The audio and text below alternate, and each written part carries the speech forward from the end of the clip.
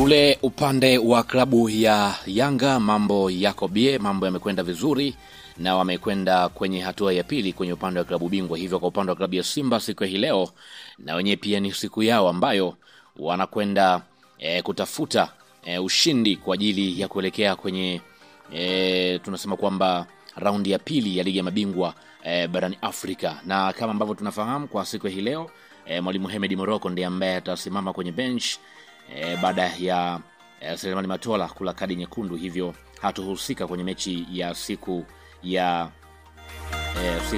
hii leo. Hivi moja kwa moja Mwalimu Hemedi Morocco ndiye ambaye atakwenda kusimama moja kwa moja kwenye upande wa benchi la ufundi kama kocha mkuu ndani ya klabu hiyo. Sasa tayari nina kikosi hapa kwa upande wa klabu ya Simba ambacho kinatarajia kuanza kuelekea kwenye mchezo huo, na mimi moja kwa moja nitakwenda kukuangazia kikosi ambacho kinakwenda kupambana dhidi ya Gaborone United. Na kabla sijakwenda kukutazamia moja kwa moja kwenye upande wa kikosi, nikukumbushe tu hii hapa ni Swahili Media. Kama bado hujaweza kusubscribe, basi nikuombe subscribe ili tuwe pamoja siku zote. Mimi naitwa Chicharito. Karibu tuweze kuangazia kikosi kwa upande wa klabu ya Simba. Kwa upande wa golikipa yupo Moussa Pinpin Kamara.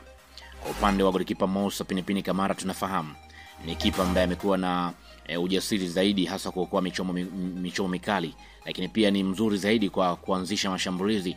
Kwa upande wa benchi la ufundi watakuwa wakimhitaji zaidi kuwa muhimili mkubwa kwenye eneo hilo la ulinzi, hakikisha timu inaanza pia mashambulizi kwa utulivu ili kuwa na utimamu zaidi. Lakini pia kwenye upande wa beki wa pembeni kulia yupo Shomari Kapombe. Kwa upande wa Shomari Kapombe tunafahamu beki ambaye amekuwa na uzoefu mkubwa na kile kitu ambacho amekuwa nacho mara zote kwa upande wa Kapombe ni namna ambavyo amekuwa akipandisha timu na kuweza kutoa crossi sahihi zaidi. Kwa upande wa Mwalimu atakuwa kimhitaji zaidi kwa upande wa Kapombe kwa ajili ya kusaidiana na winga ambaye anacheza kwenye upande wake. Lakini pia bwana mdogo Anthony Mligo yupo kwenye upande wa beki wa pembeni kushoto. Kwa upande wa Mligo tunafahamu ana nguvu, lakini pia ana kasi, ni mzuri kwenye kupiga cross, lakini pia ni mzuri zaidi kwenye eneo la tunasema kwamba kushambulia kwa eneo la wapinzani. Kwa upande wa Mwalimu atakuwa akimhitaji zaidi kushambulia na kurudi kwa wakati kulingana na vile ambavyo mambo yatakuwa yanakwenda.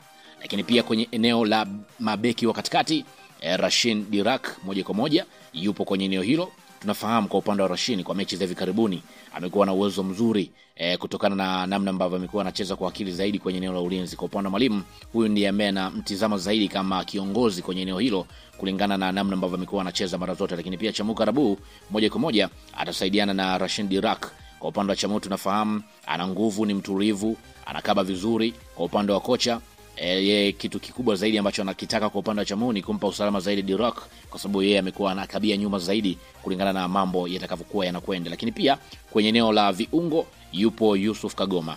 Kwa upande wa Yusuf Kagoma tunafahamu huyu ni mchezaji ambaye amekuwa ni jasiri zaidi, ana uwezo wa kuondoa mipira kwenye eneo la katikati. Ukiona Simba iko kwenye wakati mzuri zaidi, jua kabisa kwamba Yusuf Kagoma yuko vizuri kwenye eneo la kuzuia. Kwa upande wa Mwalimu atakuwa akimhitaji Kagoma kukaa karibu zaidi na walinzi kwa ajili ya kuwalinda.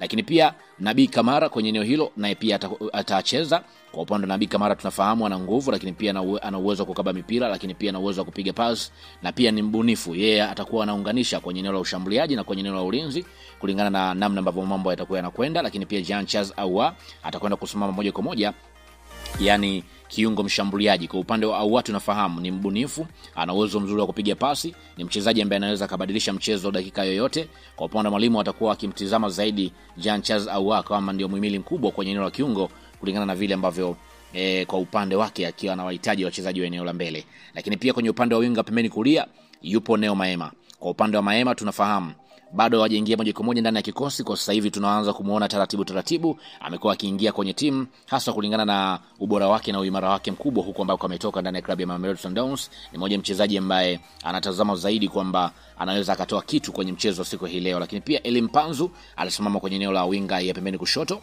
Kwa upande wa Mpanzu tunafahamu ana nguvu, lakini pia anakimbia zaidi, analeta pressure zaidi kwenye eneo la mbele. Kwa upande wa Mwalimu huyu atakuwa akimtumia kama mshambuliaji wa pembeni, lakini akiwa anahitajika zaidi kuingia kwenye eneo la ndani. Lakini pia mshambuliaji wa mwisho ni Jonathan Soa. Kwa upande wa Soa mchezo uliopita aliweza kufunga, huenda ikawa ni dalili njema zaidi kwa upande wake, kwa sababu hii mechi kwa upande wa Walimu watakuwa kimhitaji zaidi Soa akipata nafasi anaweka